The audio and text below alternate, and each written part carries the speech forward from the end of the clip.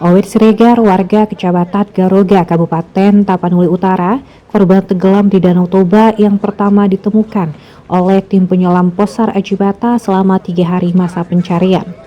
Korban berhasil ditemukan oleh tim penyelam sekira pukul 9.40 waktu Indonesia Barat, tidak jauh dari lokasi tenggelamnya korban bersama korban lain sedalam 4 meter. Dengan mobil ambulan, mayat korban pun langsung dievakuasi ke Rumah Sakit Hadrianus Sinaga oleh tim gabungan. Tidak berselang lama, sekira pukul 9.50, korban kedua yang bernama Jendri Pardede, warga Kecamatan Lumban Julu, Kabupaten Toba, kembali berhasil ditemukan. Jendri Pardede juga ditemukan oleh tim penyelam tidak jauh dari lokasi kedua korban saat tenggelam. Isak tangis keluarga almarhum Jendri Pardede pun pecah di kapal Basarnas usai korban ditemukan.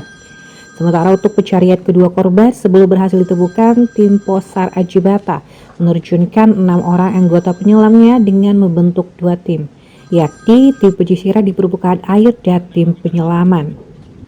Selama pencarian kedua korban di dasar danau, tim penyelam sempat mengalami kesulitan akibat lumpur yang tebal dan jarak pandang yang terbatas.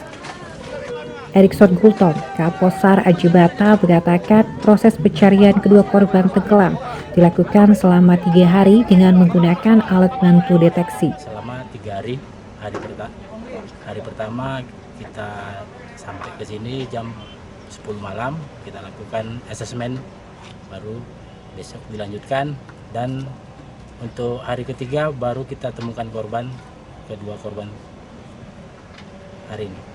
Itu tadi ditemukan sekitar pukul berapa ya?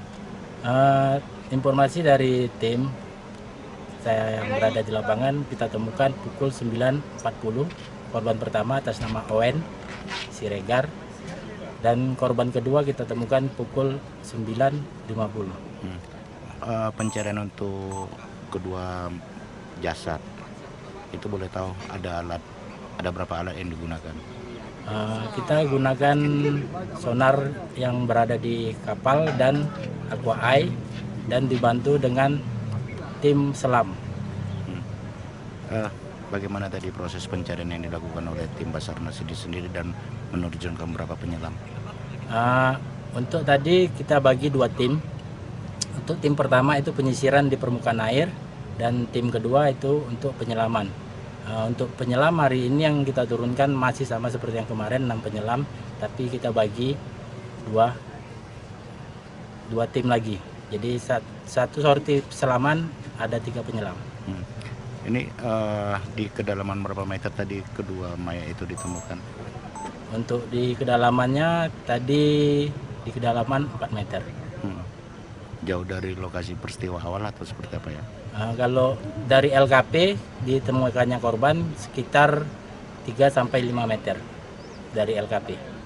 Kita melakukan pencariannya dengan cara vertikal, menyusuri titik di mana dia semulanya tenggelam gitu, dan kebetulan langsung kita ketemukan. Dan jarak antara korban pertama dan kedua tidak jauh juga, berkisar 5-7 meteran gitu. Pak, untuk tingkat kesulitannya itu seperti apa, Pak? Visibilitasnya di bawah itu keruh airnya dan berlumpur gitu. Itu tingkat kesulitannya. Harus meraba gitu. Arus air bagaimana tadi? Arus air tidak ada, cuman visibilitasnya minim. Jarak pandang itu hanya 1 meter. 6 orang penyelam diterjunkan mencari kedua korban, dibentuk menjadi 2 tim, dan kedua korban berhasil ditemukan di kedalaman 4 meter tidak jauh dari lokasi korban saat tenggelam. Sementara itu, pemirsa, Kolbes Utapea, penyelam Posar Ajibata, mengatakan pencarian kedua korban di Danau Toba dilakukan dengan pola vertikal, yaitu dengan cara menyusuri lokasi awal korban saat tenggelam. Air Danau Toba yang keruh dari lumpur yang tebal sempat membuat tim penyelam kesulitan saat mencari kedua korban di dasar danau. Sementara itu, informasi yang diperoleh bahwa kedua korban merupakan karyawan PT TPL Sigalingging Kabupaten Dairi. Dari Kabupaten Samosir, Sumatera Utara, Jun Marpaung mengabarkan.